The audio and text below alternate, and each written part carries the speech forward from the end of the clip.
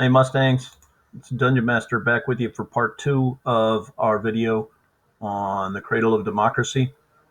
We cut off right here.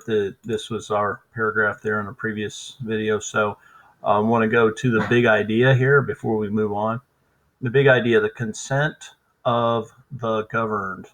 I know that this shows up quite a bit in standardized testing in 8th grade U.S. history. And I really think it would be a good idea to get a head start on, what this concept means, because it's going to be huge when we get to 8th grade. The description here is when citizens participate in government, they give their permission for that government to operate. Participation includes doing government, like in Athens, and voting for representatives, like the Romans. We haven't talked about the Romans yet.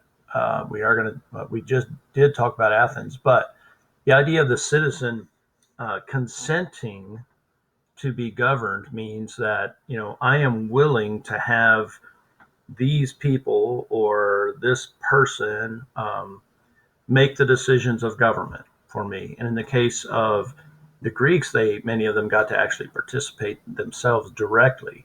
But the idea of government and the consent of the governed means that you give permission to people to rule over you.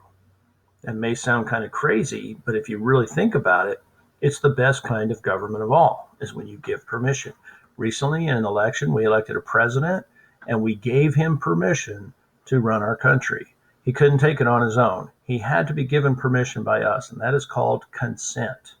We consent to be ruled by our government. Very, very important concept.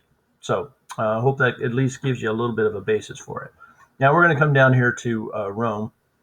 Here, these letters are found all over Rome and represent the Senate and people of Rome. In 508 BCE, remember that's before Common Era. We discussed that in class. The leaders of Rome wanted democracy, but knew they'd never be able to get every citizen to participate in government. They would have been aware of the Greeks and the idea of the citizens going to the town center and voting on things.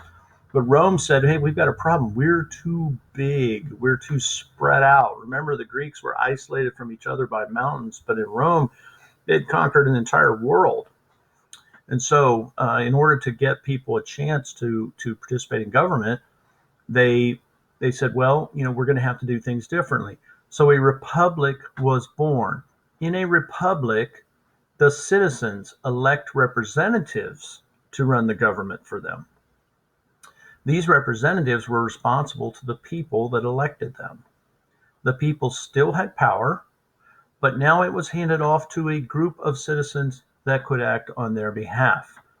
The Roman Republic lasted almost 500 years. And so in Rome, you couldn't go to Rome and make the decisions, but you could send someone to Rome, or someone could act on your behalf. And that's the idea of a republic, that you've got somebody else who is representing your interests in government when you can't be there and do it yourself.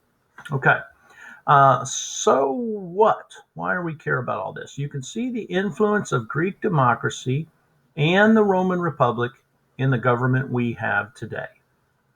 Even in the 1700s, America was too big to work as a direct democracy. Remember, that's Athens, the direct democracy, where the townspeople actually participating themselves. The founding fathers established a system that gave power to the people and did so with elected representatives. This final product is called a representative democracy. So remember, democracy means people power, and representative means I have somebody who's doing it for me. So I have power, but I have chosen this person to do it for me. Okay, so the rest of this is an assignment we're going to do. I'm going to have it for you. But I wanted to just cover this with you, Mustangs. Hope everything goes well. I'm the Dungeon Master, and I bid you peace out.